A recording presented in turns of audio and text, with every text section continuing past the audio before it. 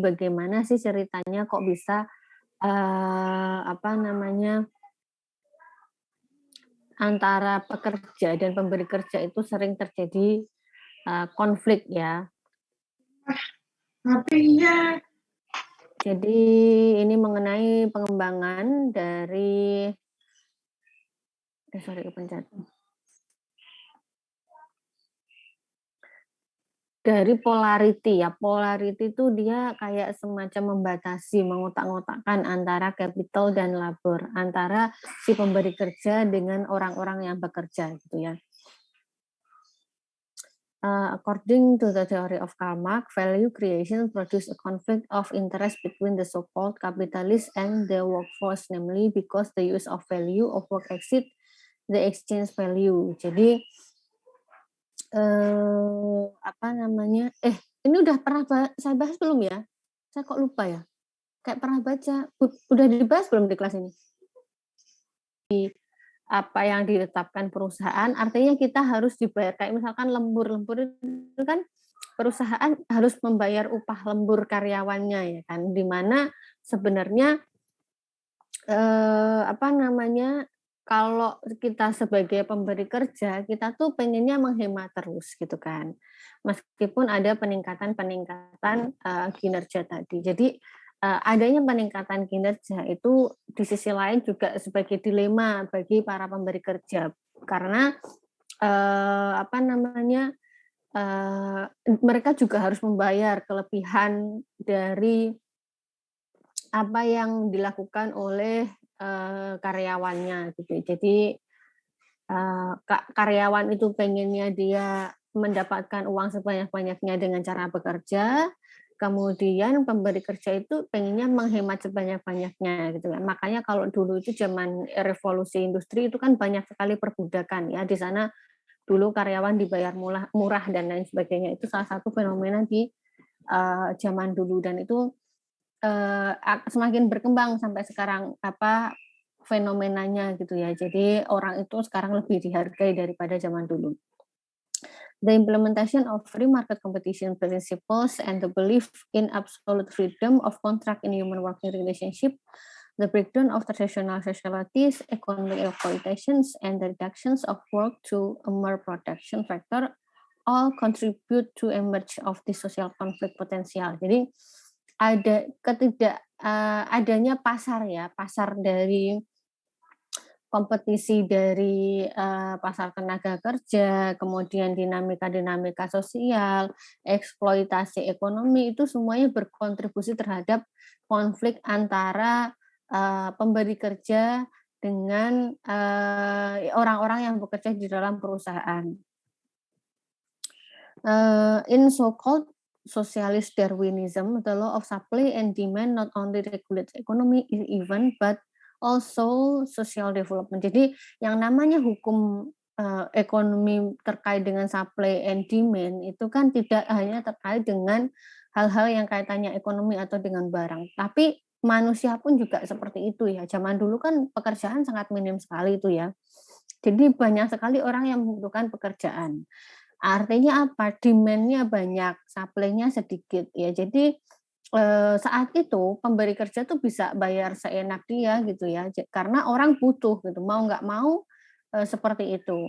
Mungkin akhir-akhir ini juga kayak gitu ya, COVID ini kan meningkatkan pengangguran ya. Jadi banyak yang apa, mau meskipun digajinya di bawah UMR tapi tetap dilakoni karena memang orang butuh gitu ya, nggak ada pilihan lain gitu.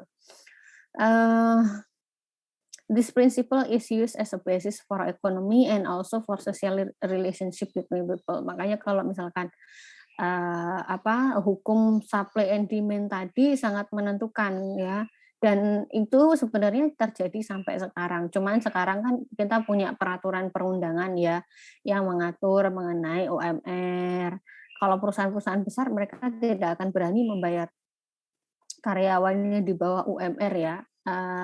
Karena kan sekarang apalagi ya dikit-dikit bisa viral, dikit-dikit bisa viral.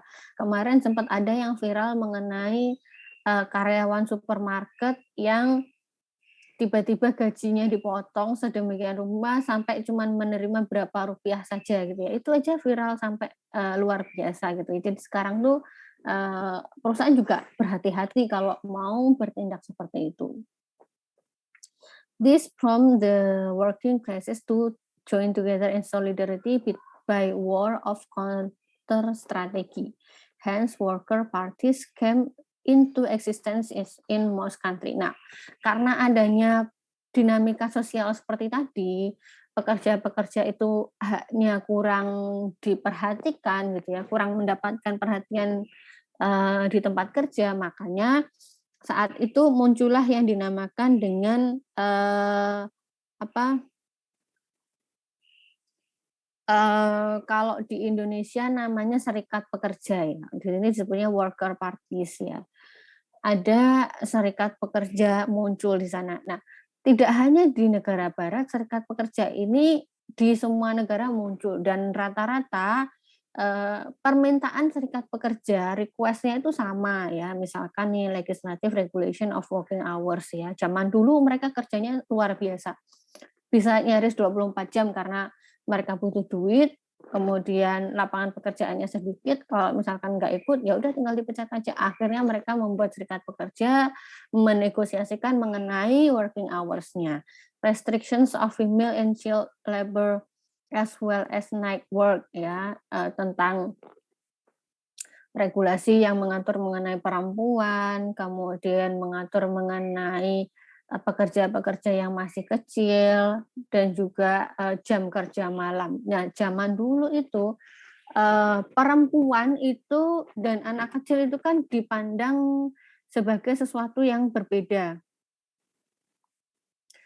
Eh, Kenapa? Karena zaman dulu itu anggapannya perempuan itu lebih lemah daripada laki-laki ya. Kemudian, ini mungkin juga memang kalau zaman dulu tuh pekerjaannya pekerjaan yang keras ya. Kalau zaman dulu kan kita mau ngecek sesuatu tuh harus jalan ke sana ke sini, kita harus gendong-gendong barang misalkan gitu ya. Sedangkan perempuan itu kan dipandang lemah karena fisiknya mungkin bisa lebih lemah daripada laki-laki. Beda dengan sekarang. Sekarang kan kita kerjanya enak ya, duduk di kantor gitu ya, depan laptop. Sehingga sebenarnya kalau sekarang, perempuan dianggap sama, setara dengan laki-laki, ya wajar aja orang karena lingkungannya itu juga berbeda, cara kerja kita juga berbeda gitu ya. Kita kalau misalkan bayangkan yang perempuan-perempuan kalian disuruh kerja kuli katakanlah, itu pasti tetap akan merasa lebih susah daripada laki-laki, karena memang kemampuan kita tidak seperti laki-laki. Kita feminis, sedangkan laki-laki itu maskulin, dia punya energi yang berlebih di dalam otot-otot mereka gitu ya. Jadi,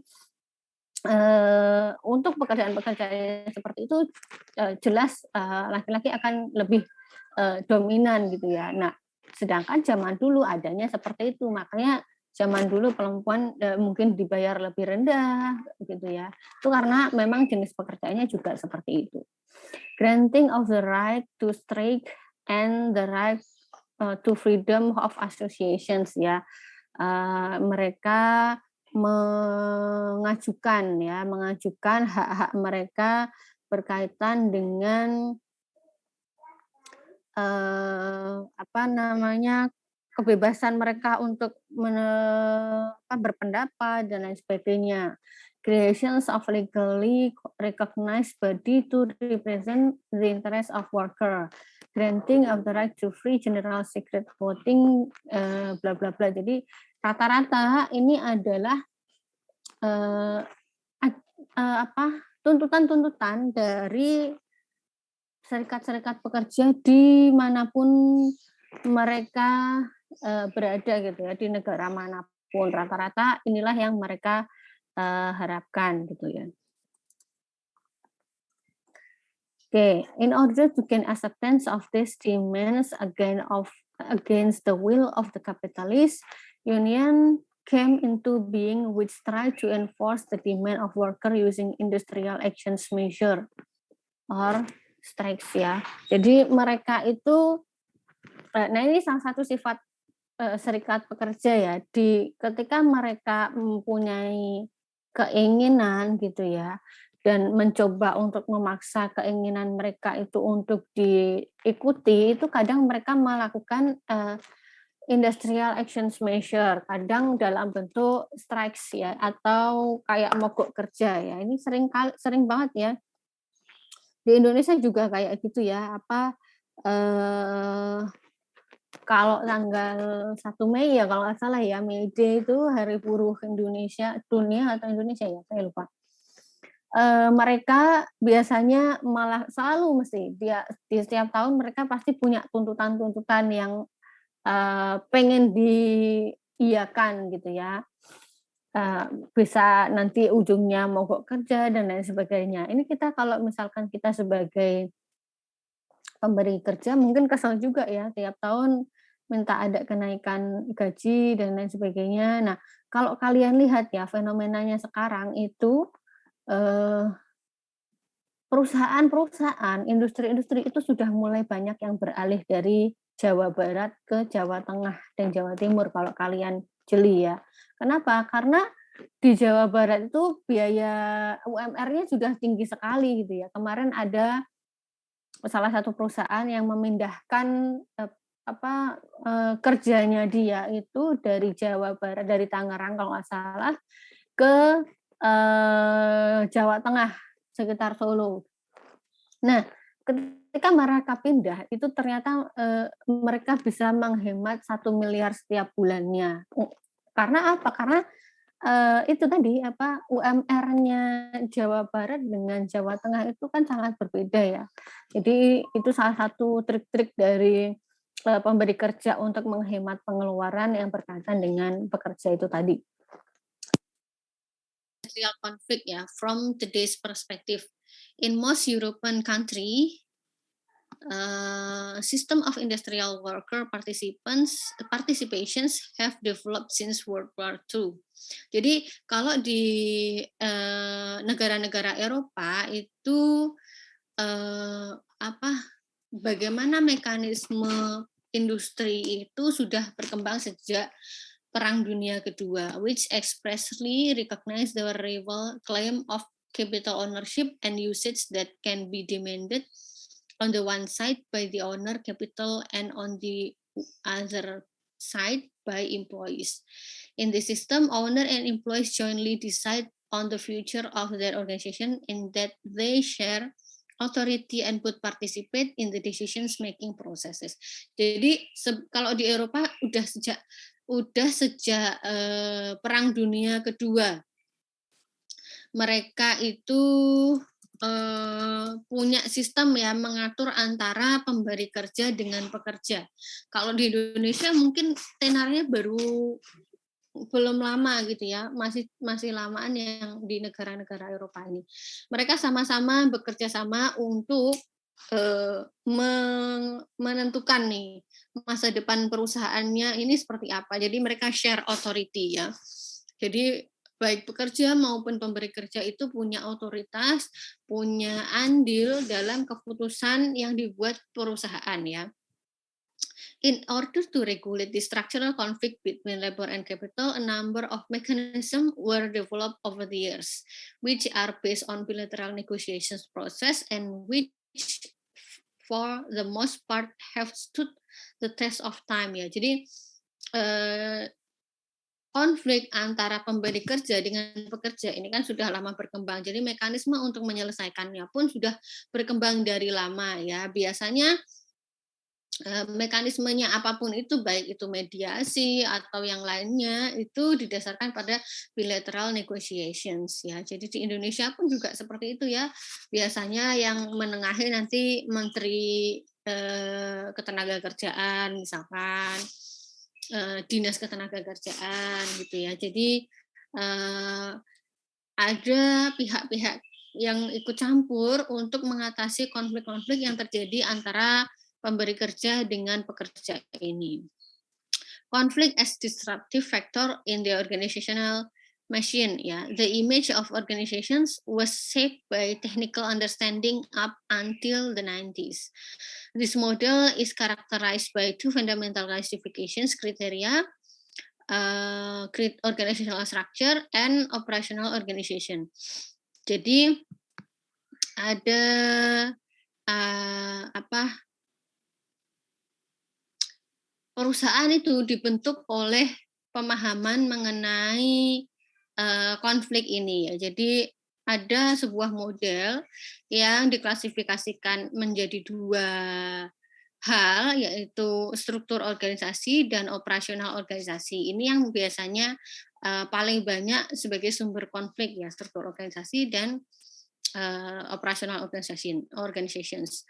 Struktur organisasi itu adalah the skeleton, jadi dia adalah, kerangkanya, dia itu adalah tulang-tulangnya, apa sih namanya skeleton tuh, tengkorak ya.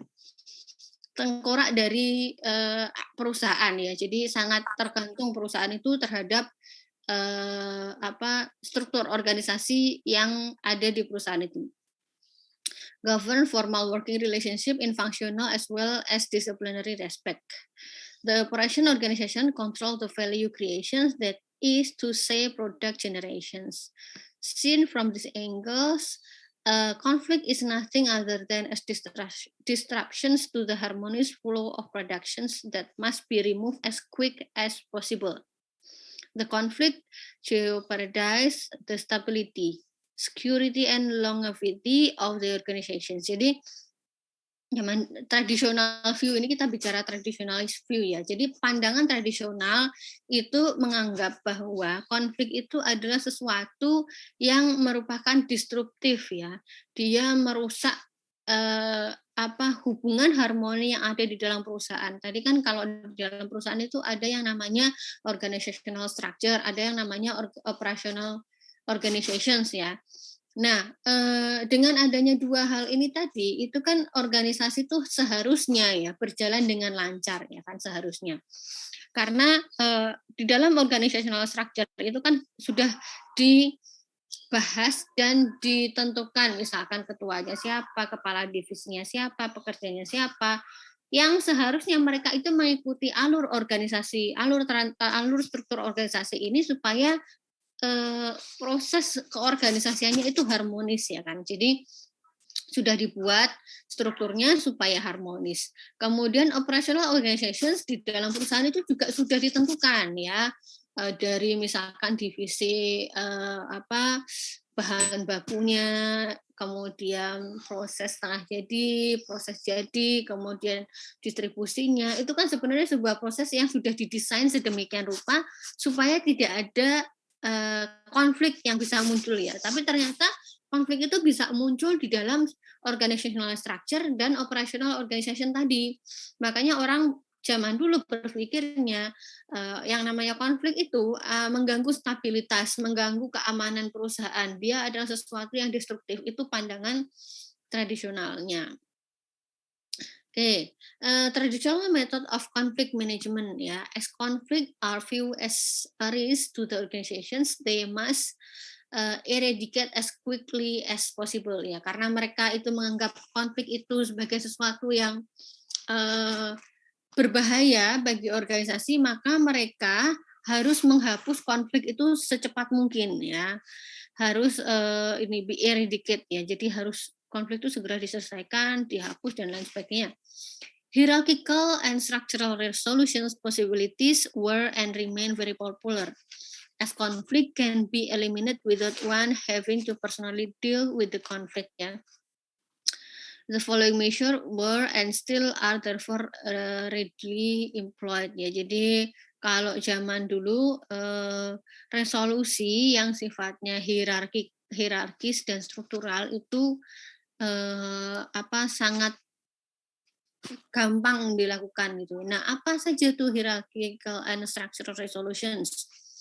Misalkan identify specific overall object, define hierarchical distinctions, expansions in critical resource, establishments of buffer zone, replacement of personnel or new team compositions. Jadi kalau misalkan ada konflik tuh zaman dulu, kalau mereka pengen menyelesaikan secara struktural, ya udah ganti aja tuh tim yang tadi berkonflik daripada kita kelamaan. Nah, sistemnya dulu kayak gitu. Jadi tidak menyelesaikan konflik, tapi apa, kita ini di sini disebutkan eliminate without one having to personally deal with the conflict. Jadi mengeliminasi tanpa menyelesaikan konflik itu gitu ya. Jadi kalau ada konflik yang berkaitan antara atasan bawahan, ya udah ganti aja tuh atasannya, ganti aja bawahannya, selesai. Kita punya atasan dan bawahan yang baru. Mikirnya seperti itu. This form of conflict management have the advantage that the conflict usually vanish quickly. Memang ya cara penyelesaian konflik tradisional seperti itu tadi bisa menyelesaikan konflik di situ itu dengan cepat. There is however a risk that this conflict resurface elsewhere. Jadi mungkin saja konfliknya itu akan tetap muncul di tempat lain. Katakanlah ya kita melakukan rotasi. Misalkan saya berkonflik dengan kalian gitu ya, antara dosen dengan mahasiswa gitu ya. Gimana caranya? Cara tradisionalnya tadi, cara tradisionalnya ganti aja tuh dosennya, katakanlah diganti dengan Bu siapa, Pak Dinar, katakanlah diganti Pak Dinar atau diganti dengan Bu Mega, diganti dengan Bu Zahro. Ini kalau diganti mungkin akan selesai ya. Ternyata bisa jadi konfliknya tidak selesai karena permasalahannya adalah bukan pada personilnya, bisa jadi seperti itu gitu ya. Atau mungkin nanti kita akan berkonflik di luar ya antara saya dengan kalian, misalkan seperti itu. Jadi sebenarnya tidak mengatasi konflik itu ya yang ada di yang ketika kita melihat itu sebagai traditional view tadi. If this is the case, the only symptom and not the cause of the problem were eradicated. Jadi jika kasusnya seperti itu, seharusnya kita menyelesaikan permasalahannya, penyakitnya itu di mana, penyebabnya itu di mana, itu yang harus kita hilangkan. Bisa jadi sistemnya gitu ya. Bisa jadi kita berkonflik karena mungkin saya selalu melewatkan Zoom gitu ya. Kenapa saya melewatkan Zoom? Mungkin saya terlalu banyak tugasnya, misalkan seperti oh berarti sistem penugasannya yang perlu diperbaiki, bukan saya yang harus diganti, misalkan seperti itu. Oke, conflict as manifestations of power struggle and micropolitics ya. Conflict are often associated with the exercise of power and micropolitics. Jadi konflik itu kadang diasosiasikan dengan adanya power atau kekuasaan atau kemampuan seseorang untuk mempengaruhi orang lain, itu yang disebut sebagai power ya.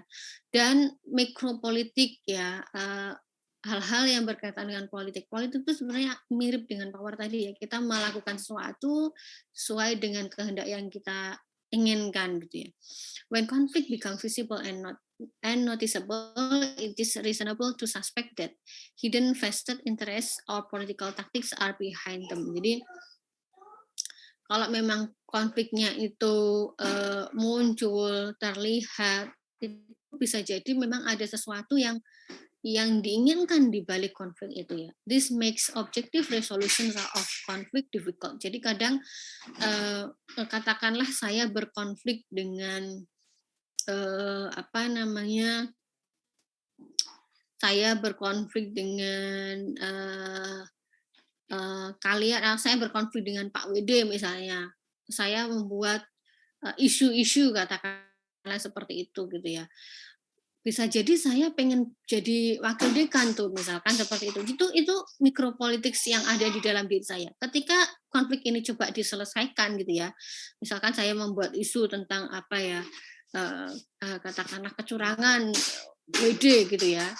Misalkan seperti itu. Jadi isunya ini tidak akan terselesaikan. Kenapa? Karena sebenarnya isu sesungguhnya adalah bukan kecurangannya ini, tapi keinginan saya untuk menjadi WD tadi, wakil dekan, misalkan seperti itu. Jadi susah konflik yang seperti ini itu untuk diselesaikan. At the same time, the hierarchical system continuously produce tensions and conflict ya di saat yang bersamaan. Tension dan konfliknya itu terus meningkat ya. Jadi tekanannya terhadap konflik itu juga semakin meningkat. As it simultaneously facilitate cooperations as well as competitions ya. Employees must work together to carry out joint tasks but often have a relationship based on rivalry due to resource shortage, status envy and pursuit of their own advancement ya. Jadi karyawan itu harus bekerja sama untuk mengerjakan tugas yang sama, tapi kadang kita punya hubungan yang tidak bagus ya dengan misalkan timnya. Mungkin kita itu diminta bekerja secara tim, tapi ini yang disebutnya resource-nya itu terbatas. Mungkin kita punya status envy, kita merasa iri dengan orang lain. Ya, jadi itu bisa memicu eee mikropolitics tadi dan kadang itu juga didasari oleh adanya power gitu ya. Karena kan kalau di dalam tim biasanya akan ada, kepala timnya gitu ya, ada mungkin yang di bawahnya mungkin sekretarisnya misalkan, baru nanti anggota tim. Di mana biasanya pembagian, keuntungannya itu akan sesuai dengan, ini gitu ya, sesuai dengan kedudukan mereka. Itu kan melibatkan power gitu ya, melibatkan mungkin bisa jadi ada status envy di sana. As there are more positions on the lower rungs of the ladder than high up, competitions for higher rankings positions is intense ya. Karena adanya kan kalau misalkan kepala, katakanlah ketua, itu kan sebenarnya cuma satu ya, sekretaris biasanya cuma satu dan lain sebagainya. Itu kan posisinya lebih sedikit daripada anggota yang ada gitu ya. Nah, itu bisa meningkatkan competitions tadi ya di sana. In career battle that there are regularly more loser than winner ya, karena tadi karena jumlah yang diperebutkan itu lebih sedikit, ya akan lebih banyak losernya, akan lebih banyak orang yang kalah daripada orang yang menang. Katakanlah nih satu kelas jumlahnya 50 orang ya. Kemudian kita akan memilih satu ketua kelas ya, satu sekretaris, dua bendahara. Berarti kan cuma ada 4 orang yang akan terpilih. Sisanya 46 orang itu semuanya loser ya. Yang winner-nya hanya ada 4 gitu ya. Itu yang disebut more loser and than winner di sini. The hierarchy facilitates cooperations as well as competitions. Jadi adanya hierarki, adanya struktur tadi, dia itu sebenarnya memfasilitasi atau mendukung adanya kooperasi. Tapi juga mendukung adanya kompetisi tadi, karena ada orang yang iri mungkin ya. Jadi kan kalau kita punya ketua tuh enak, ada yang mengatur, kita punya bendahara tuh enak ya, ada yang mikirin keuangan kita. Tapi kan ada orang yang pengen ada di posisi tersebut gitu. This paradoxical requirement generates a lot of tension and are addressed by the hierarchy by the deployment of power. What is power in simplified form? It can be said that power is the ability to induce somebody to do something he would otherwise not do ya. Jadi paradoks tadi adanya pro kontra, adanya cooperation sekaligus competitions tadi itu merupakan hasil dari adanya power dan mikropolitics. Dan di sini disebutkan power itu adalah kemampuan seseorang untuk mempengaruhi orang lain untuk melakukan sesuatu yang sebenarnya tidak atau belum dia lakukan gitu, untuk mempengaruhi orang lain lah intinya seperti itu. Sedangkan micropolitics itu signifies action taken into assert one's own interest. Jadi orang itu pengen melakukan sesuatu melalui tindakan-tindakan yang dimana sesuatunya ini adalah keinginan dia sendiri, ingat ya, keinginan dia sendiri, bukan keinginan kelompoknya gitu ya. This refer to everyday exercise of power to shape organization conditions to one's own benefit. Ya, jadi mikropolitik tadi berkaitan dengan power. Dia akan menggunakan power itu untuk mendapatkan keuntungan dirinya sendiri. Excursus, form of the power usage ya. The exercise of power rarely resolve conflict, but for the most part delay and suppress them. Nevertheless, power is still frequently employed when dealing with the conflict. Jadi apa saja nih tipe-tipe penggunaan power itu ya?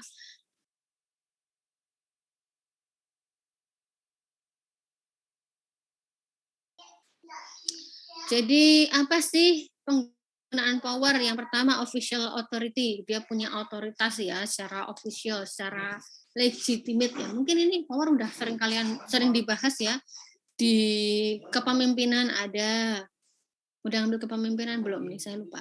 Kemudian di mata kuliah SDM juga pasti sudah dibahas, di mata kuliah pengantar manajemen juga dibahas ya tentang power ini ya. Jadi power itu pertama official authority, kemudian use ini nih control of scarce resource ya. Kalau kita punya power, kita bisa mengontrol resource sumber daya yang terbatas. Makanya orang pengen tuh punya power supaya dia bisa ngontrol. Kalau dia punya micropolitics tadi ya, dia bisa ngontrol power mana yang mau ditempatkan di mana. Mungkin dia bisa ngontrol, saya akan menempatkan yang lebih banyak di tempat saya, misalkan seperti itu.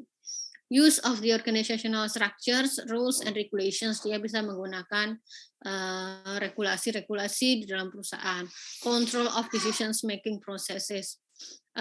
Expert power, control of expertise and informations ya. Expert power itu power di mana yang kita dapatkan karena expertise kita. Jadi misalkan S2 ya jadi dosen, itu kita punya power sebagai dosen. Tuh contohnya, control of borders, ability to deal with uncertainty, control of technology, interpersonal alliance and network, dan lain sebagainya. Ini adalah manfaat-manfaat kegunaan power. Makanya orang sangat ingin punya power karena dengan mempunyai power itu mereka bisa melakukan banyak hal gitu ya terhadap organisasi maupun kepentingan dirinya sendiri. The four basic form of conflict management in the organizations. Nah ini kayaknya udah bagian akhir nih. Regardless of whether they are small business or multinational corporations, public sector institutions, or non-profit organizations, the way in which conflict are dealt with barely differ between the various type of organizations. Jadi konflik itu kan terjadi ya, tidak hanya di perusahaan besar.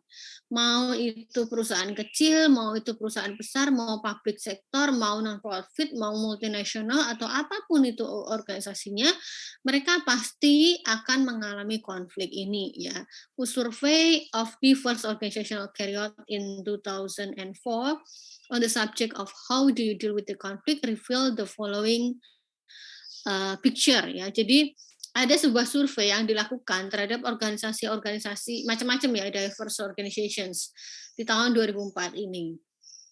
Nah, hasil penelitiannya, hasil surveinya ini seperti apa? Hasil surveinya berkaitan dengan method of conflict management vary widely but can be reduced to four basic form. Jadi mereka penanganan konflik itu bermacam-macam gitu ya. Tapi mereka menyimpulkan ini ke dalam empat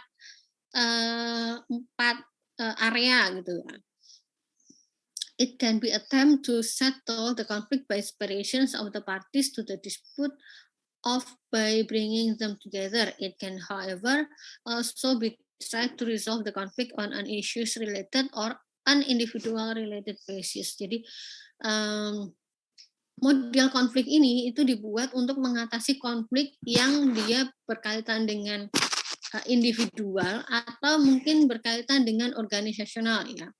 Nah, the basic form are therefore ya. Jadi ada 4 basic tipikal cara menangani konflik tadi. Yang pertama separative measures, integrative measures, individual related measures, dan issues related measures ya. Ini gambarnya ada di buku kalian. Nah, individual related itu biasanya diselesaikan dengan cara-cara yang ada di sini. Personal discussions, individual coachings, dan lain sebagainya. Dengan media-medianya juga yang sederhana ya, jadi clarifying conversations, dilakukan mediasi, supervisions, melakukan team development gitu ya. Jadi kalau dia tingkatannya itu individual itu penyelesaiannya unitnya terkecil gitu. Kalau misalkan tipikal konfliknya itu separatif ya. Jadi, lebih besar daripada individual related ya, misalkan, apa ya, separatif konflik,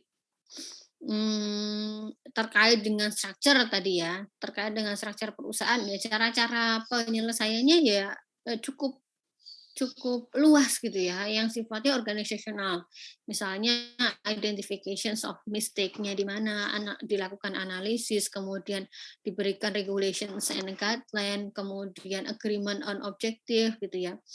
Mungkin dia akan, change of role dan lain sebagainya. Jadi, kalau misalkan level konfliknya itu individu, ya cara penyelesaiannya adalah dengan cara-cara yang sifatnya unitnya kecil gitu.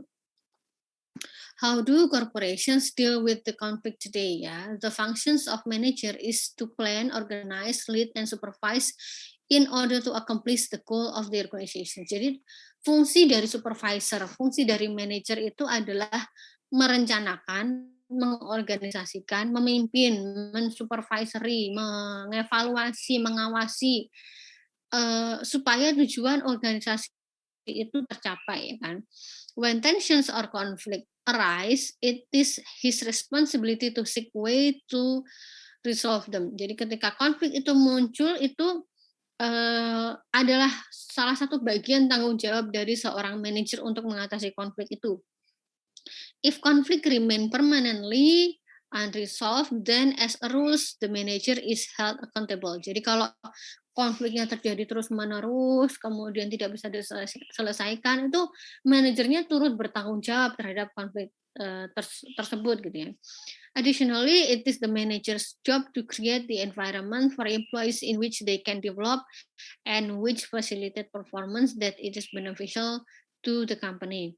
Conflict management is therefore a management responsibility. Jadi, manajemen konflik di dalam perusahaan itu adalah tanggung jawabnya manajer ya. Kenapa ya? Karena itu tadi dia punya yang namanya manajer itu kan melakukan hampir seluruh kegiatan yang ada di perusahaan ya. Dia merencanakan, mengorganisasikan, apa ya, memimpin gitu ya. Jadi kalau ada sesuatu ya itu termasuk salah satu tanggung jawab dari manajer ya. These methods are sometimes useful. Ini apa nih? Uses of limitations of traditional method ya. Traditional method sometimes useful, but they also have their price ya. Jadi uh, penyelesaian konflik secara tradisional itu mungkin kadang bermanfaat atau bisa dilakukan, tapi ada harga yang harus dibayar gitu ya. The benefit can be that existing conflict initially disappear. One occasion, the situations also calm down and the business as usual can resume. There are circumstances where that approach lead to resolutions of conflict. However, the disadvantage should also not be overlooked. Jadi ketika kita melakukan penyelesaian konflik secara tradisional, misalkan kita mengganti tadi ya ada konflik, ganti aja tuh orangnya gitu ya. Memang kita bisa mengatasi konflik itu secara sewaktu gitu ya. Tapi miss-nya di sana itu juga tidak bisa dihindari gitu ya. Often the same or similar conflict re-emerge in other place ya. Jadi mungkin kalau misalkan saya dirotasi gitu ya, nggak cocok jadi dosen manajemen, kemudian dirotasi ke dosen akuntansi misalkan, mungkin aja nanti konfliknya akan muncul di sana juga gitu ya. The solution sometimes produce unexpected consequence in the organizations which constitute an ever large problem. Jadi konsekuensi mungkin dari sebuah solusi itu akan menimbulkan konsekuensi yang tidak kita duga ya, yang bisa jadi menimbulkan masalah yang lebih besar. Hasty solutions are often very expensive ya. Jadi solusi-solusi dari permasalahan yang kita putuskan secara buru-buru gitu ya, itu mungkin kurang tepat. Jadi mungkin akan memakan biaya yang besar misalkan karena tidak dipikirkan dalam waktu yang cukup gitu ya. Jadi mungkin dia juga bisa menimbulkan dampak yang lain. Jadi itu akan sangat mahal di sini dibilangnya ya. Nothing is learned from the conflict situations ya. Jadi tidak ada yang bisa kita pelajari dari konflik yang terjadi kalau kita kerjakan atau kita atasi secara tradisional method tadi. Jadi kalau misalkan ada sesuatu yang salah, kita ganti orangnya. Kita nggak bisa belajar dari konflik itu sebenarnya kita harus seperti apa. Mungkin aja konfliknya muncul lagi, kita ganti lagi. Kayak gitu terus, itu kan tidak mengatasi ya, tidak ada pembelajaran dalam proses itu gitu ya. Oke, itu saja materi kita hari ini terkait traditional method of conflict. Nah, mungkin ada yang ingin ditanyakan atau tidak nih terkait cara-cara penyelesaian konflik secara tradisional ya tadi ya. Jadi kalau pandangan sekarang itu kita menganggap konflik itu mungkin dibutuhkan di dalam perusahaan untuk membangun orang-orang di dalam perusahaan. Kalau traditional method of conflict itu beranggapan bahwa konflik itu harus segera kita hapuskan, bagaimanapun caranya. Dan mereka punya kecenderungan untuk melakukan hal-hal yang sifatnya struktural tadi. Dipecat misalkan, itu kan tidak memberikan pembelajaran ya. Saya jadi ingat kemarin ada video viral bupati mana ya, saya lupa, bupati atau wali kota bla bla bla yang mengajukan usulan ke KPK nih ya. Kalau sebelum ada OTT, mbok ya dipanggil dulu. Kalau bisa berubah ya sudah dilepaskan gitu ya. Ini menurut kalian nih salah satu penyelesaian konflik modern apa gimana ya tuh? Menarik tuh. Itu terkait sama konflik juga ya kan? Kalau mau sebelum ditangkap kita kasih tahu gitu bilangnya ya kan kemarin. Menarik sekali idenya, boleh itu ya. Oke, sampai sini. Oh, ini ya Bupati Banyumas, iya nih. Kayaknya orang Banyumas nih yang jawab Ihsan nih, jangan-jangan. Ya, Bupati Banyumas sangat inovatif sekali ya. Kalau ada ini apa namanya? Oh, bukan Banyumas ternyata. Ini kalau ada orang Banyumas boleh nih ngomong nih, gimana nih bupatinya nih? Seru banget ya. Bisa bilang apa? Kalau sebelum OTT dikasih tahu, ya namanya nggak jadi OTT dong ya. Kita kan mau kasih surprise untuk mereka. Kan kalau nggak surprise nanti nggak seru tuh.